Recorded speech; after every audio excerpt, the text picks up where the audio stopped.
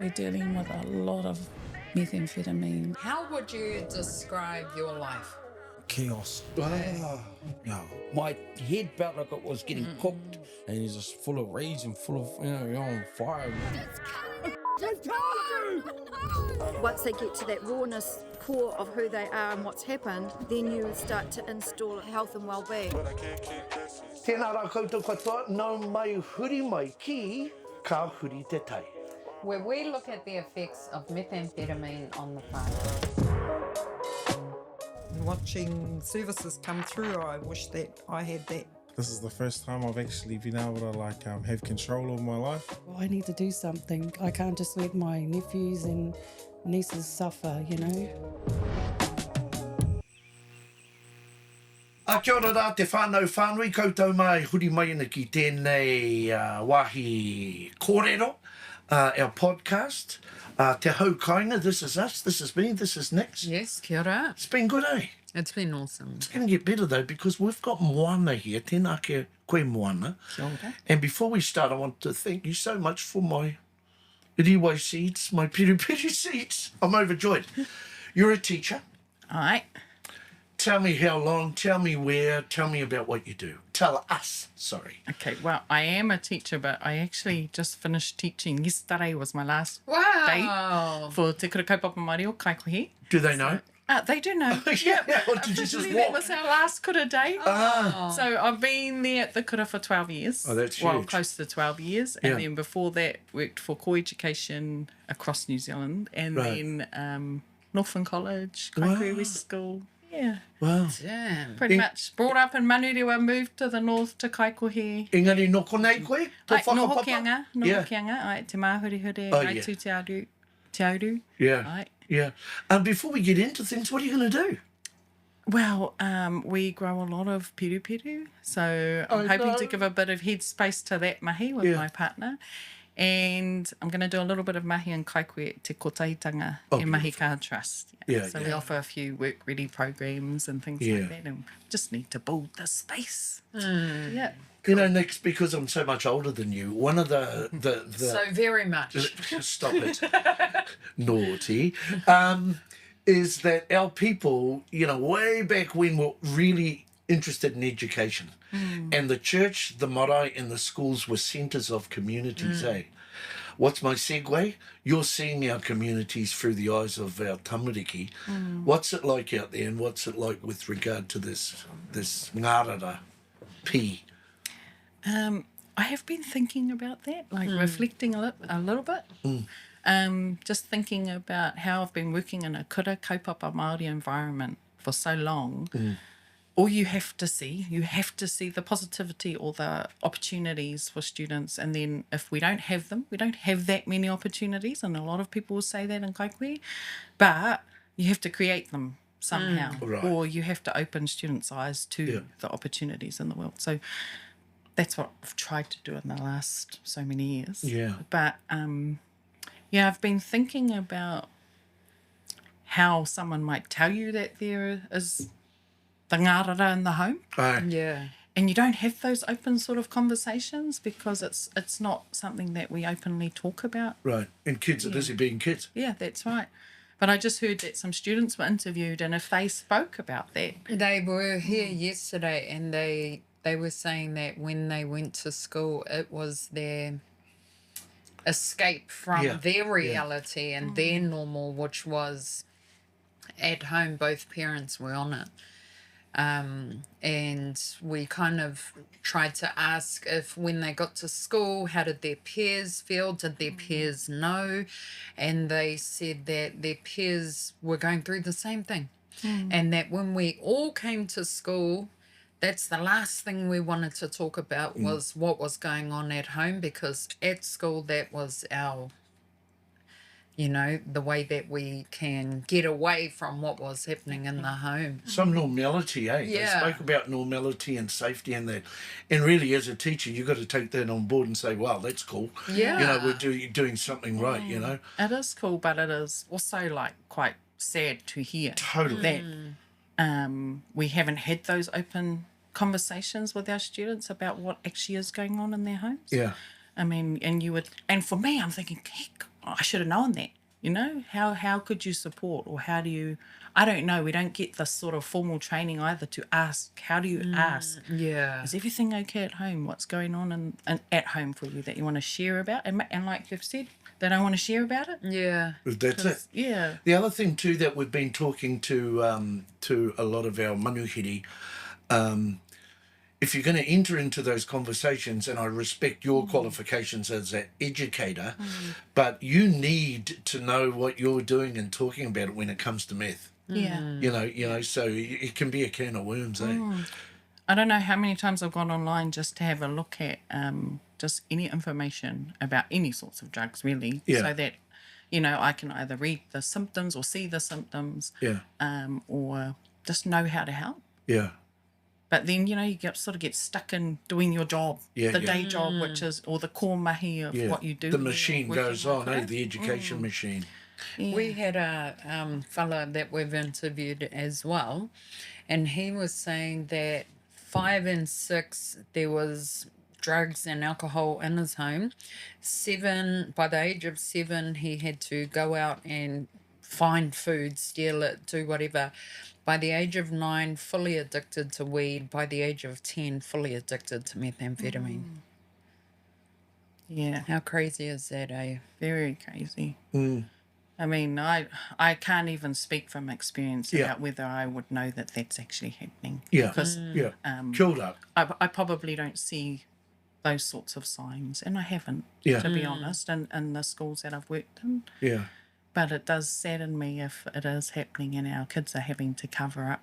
yeah, yeah, yeah. Yeah.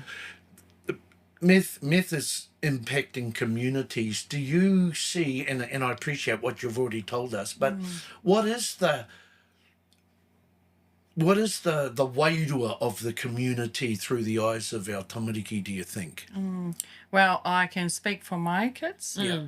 my own kids, who will always say to me, Mum, let's move from here.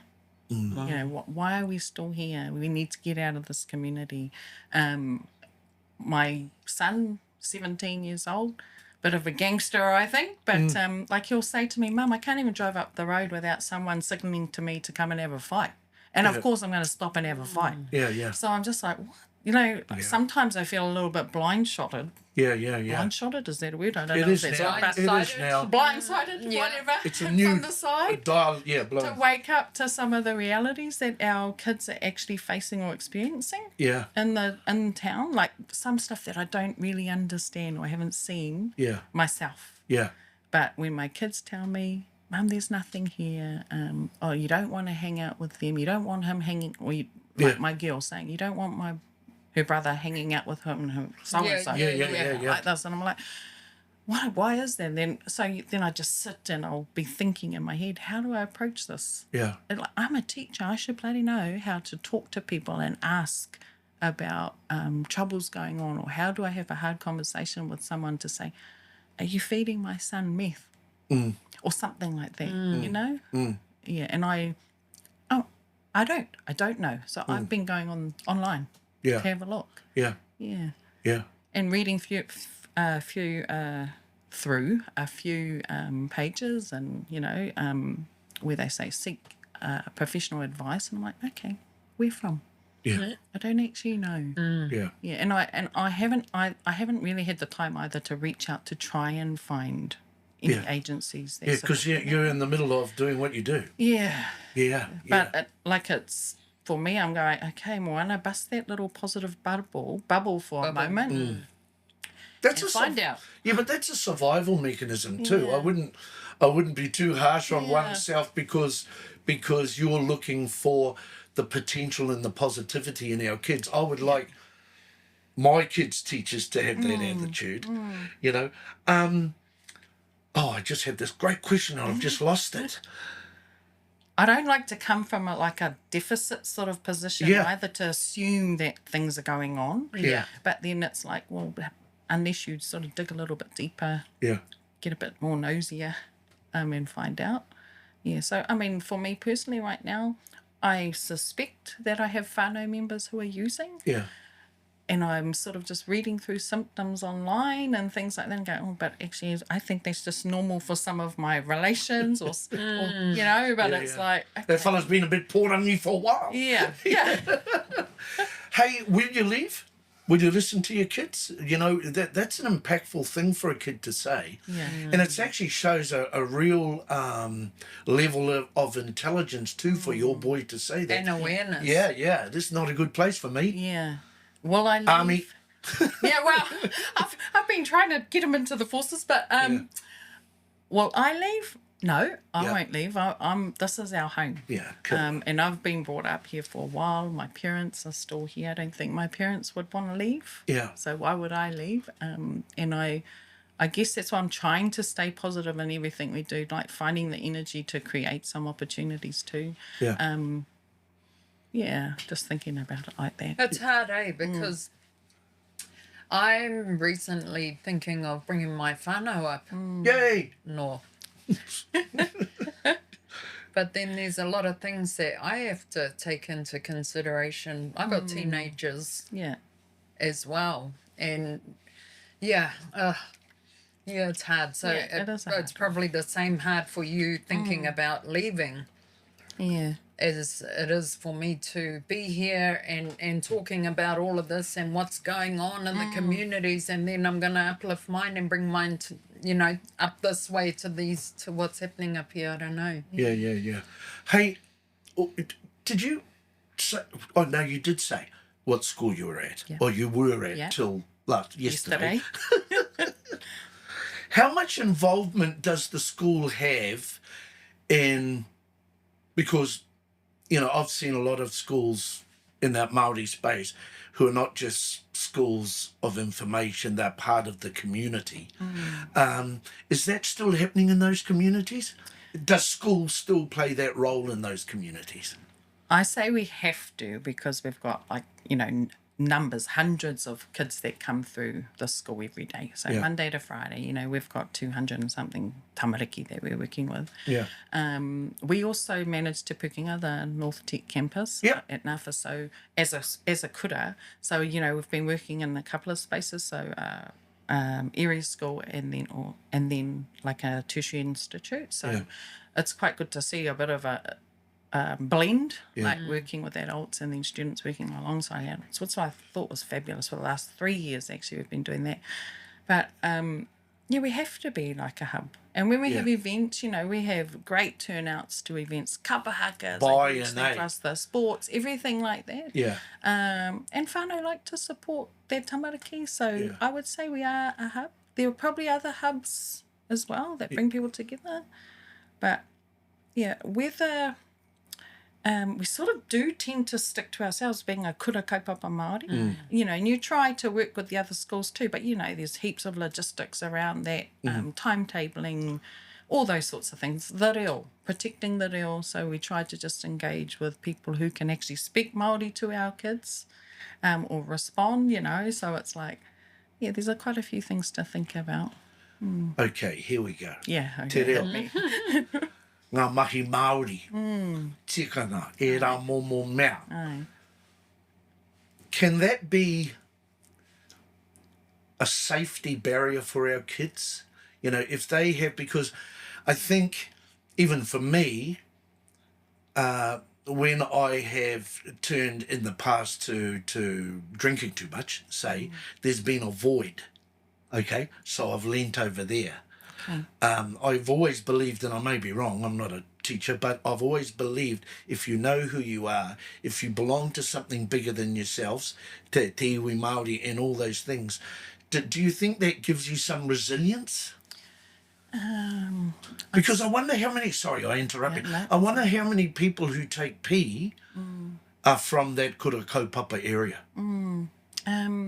I want to say you'd probably work more as a collective coming from a Kura Kaupapa Māori environment or working within one, because you have to work like a whānau, because most of the tamariki in the kaiako are probably your whānau. Right. So you work hard as a collective. Yeah. I have worked in mainstream schools in the past, and sometimes you're sort of working in your silo. Yeah. I can't speak for everyone else who works in a mainstream school. My dad's in a mainstream school. Do I see him working the way we do? Not always. Sometimes I think he's working in a sort of silo position, focusing on maths. He teaches maths. That's Right. sort of his world. Whereas at our kura, it's everything. Yeah, about the upbringing of a child. Yeah. Yeah. Yeah. Because I'm hearing too, Nix, a lot of people who have fallen into the trap of addiction. I hear these stories about them going back to taha Māori, so going and finding it, you know, and I'm really interested if you had it in the first place, would you, you know, and I don't expect you to know the answer, but it's, and I should have asked our researcher if that was a thing, But I personally believe having a space and knowing who you are within a Māori world is a strength, Yeah. you know. Yeah. Oh, I think that it's something that you can feel proud about too, eh? Like you talked about being quite resilient to things. Yeah. But you know, we not everything's perfect either. Just saying. Yeah. But yeah, I guess it's something that they won't have to worry about when they're adults. I So think, knowing your identity. Yeah. I think, you know, when we interviewed those two, the young ones, Yeah, rangatahi, yeah. and they had been brought up in the faith, and that faith Right, stayed strong right through all of Yeah. that trauma that they experienced. That's what they held on to. So I think it would Yeah. have made a difference. Yeah. It's interesting, Aye. because I think the answers are within a Māori world for a lot of our whānau. Well, I know they are. Yeah. You know, and the consensus seems to be that. Yeah. Like there's things I don't know, like why people would turn to meth. Like I don't actually know, is it because you don't feel you have a support network or a whānau network around you? I don't know those things. But Are you lonely? yeah. Have you suffered trauma? Have you been Trauma. introduced to it as a kid? Is it the norm within your whānau? Is that what has been role modeled to you? Yeah, that's the other thing, role models, you An know? environment. Yeah. If you're waking up every day and that's what you see, well, I can't remember who said it the other day. How can we expect someone who's woken up every day for years and years and seen that to then become a doctor? Yeah. To then become a vet was the example. How do you make our kids dream? And that's, you know, because they can't be it if you don't see it. Yeah. Yeah. And that's where your role as an educator for kids to dream and have a window into a positive world, And to be exposed to so many different opportunities that's that right. you guys Yeah. create within that system. So that's cool. Yeah. No wonder the kids, you know, the ones that we spoke to when they went to school, it was like, leave all that at home and we're here for this. Yeah. It's almost like a window, I suppose. Yeah. A window of hope, maybe. Yeah, That's how definitely. they might look at it, or opportunity, just to see that some things are actually possible. Yeah. And Even that's why the teachers need a raise. Absolutely. yeah, but Wow. even though you're leaving that space, and you're not talking about your colleagues that you're leaving, but do you think the education system is equipped to support in this area? I would like to think they are. Yeah. But at the end of the day, I don't think we rely on a system to help our own. So even though I'm leaving teaching, I'm actually going into another space that's providing education for adults. So I have sort of progressed through the levels from primary right through Beautiful. to secondary and even into a Kura Kaupapa Māori environment, very different. And then now working in an adult space. So what are the opportunities I can create for our school leavers now? So it's sort of just a shift in focus. Yeah. And some of that mahi just keeps me very kaupapa driven. Yeah. And when I just say kaupapa driven, for me, that sort of just means what can you do more for your people. Yeah. Yeah, not just about myself, but you know, benefits, having a pay rise would be great. Yeah. But yeah. And I that's think how what I you think were about it. saying was that as a teacher, there's no kind of workshops that you fellas can do so that you can recognise the signs in the kids that come to school that are affected by it maybe that's something that needs to be implemented for the teachers to be aware, eh? Like it could be, and there probably are some services, but I'm not aware of any at the moment. yeah. But we have like a public health nurse or a student nurse, a youth nurse that will come in every week, and our students may be disclosing information to them because it's all confidential. To the counsellors. So there's opportunities there, and our kids do utilise the services. Good. Yeah. So if we do have services available, they do utilise them. Yeah. A lot of it is confidential. And sometimes that might be a good thing, so they have someone else to talk to. Not this nagging teacher that might be on They their see back every about day. NCEA or something like that. Yeah. But you guys having the ability to recognise and then instruct of where those, because you brought it up, those professionals who work in that space is a really good service. Yeah. My daughter, she's 14. She goes to her counsellor every week at school. And, as a parent, I'm like, what the hell are you saying? But at the same time, I'm just like, no, that's her neutral place and person to, if it was really serious, I'm sure they'd ring me and make me aware of what's going on. But if they need someone to talk to, it's choice that the schools have that for them. And it's good behaviour to talk and ask. Hey, how long have you been in Kura Kaupapa? I want to say, I think 12 years. Okay. Close to 12. So the 10-year-old that you had connection to is now 20 or 22. Do you still see these people? I do. I actually keep in touch with quite a few of our students. But, I mean, my two younger children went through Kura, so I sort of keep in touch with their friends as well. We're sort of quite aware of where our students have gone to because you don't lose that connection. Yeah. And, when you talk about Raukura of a Kura Kaupapa Māori, Yeah. they sort of do have this obligation to give back to their kura, or they want to give back to their kura in some way. Yeah. That's cool. Those kids, those 20-year-olds or 22-year-olds or whatever they are, how are they? Being a product of that education system in a Māori world, how are they? I would say they're good. Yeah. Well, good is good. Yeah, but again, I don't know what's going on in their personal lives. So you never really know. They could be. But you'd know if it was bad, and you would have said, "Oh, they're struggling. Yes. Things aren't good." Yeah. What am I getting at? I'm getting at is from that base. There's some positivity. Yeah. I have seen past students as well that I've worked with before the 12 years. Yeah. And sadly, a lot of them have struggled in life. They've had quite hard lives, and they've either been inside or they've lost their partners, lost their children, and actually when they see me, that's what they talk to me about. It's the first thing they'll talk about their lives, like what's happened. Well, that's got to be There's that trust. Yeah. It's got to be the ultimate compliment for an educator. Yeah. I was just trying to think of somebody today who was talking about the lack of funding on the ground to try and save our communities from this stuff, and all this money being spent on prisons. Yeah.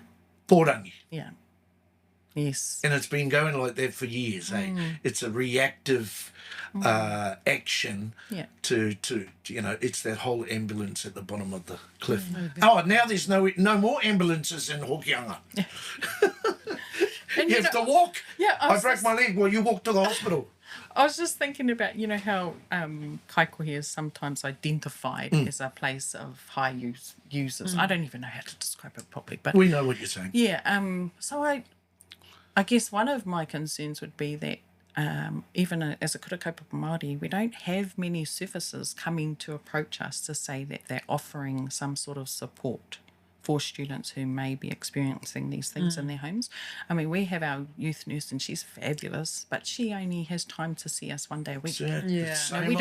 We do have an in-school sort of counsellor, but that's not actually her main role, but she works more with our younger taitamariki.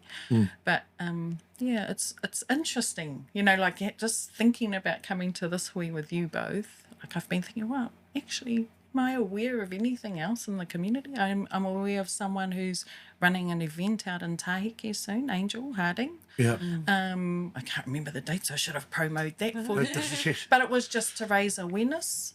I think that was the main goal, I guess, of the day, bringing whānau together just to talk openly about some of the raru that they might be having. But that's all I'm aware of right now. Yeah. Yeah, this Oh, good. Oh, well, Thank it's, you. you know, kia kaha and good luck with your new vocation. Thank you. Not vacation. Yeah. Still teaching and using your skills to help Yeah. our community. Yeah. Yeah. Awesome. Ngā mihi. Oh, Kia ora ngā koe. mihi kia korua. Kia ora. Bye.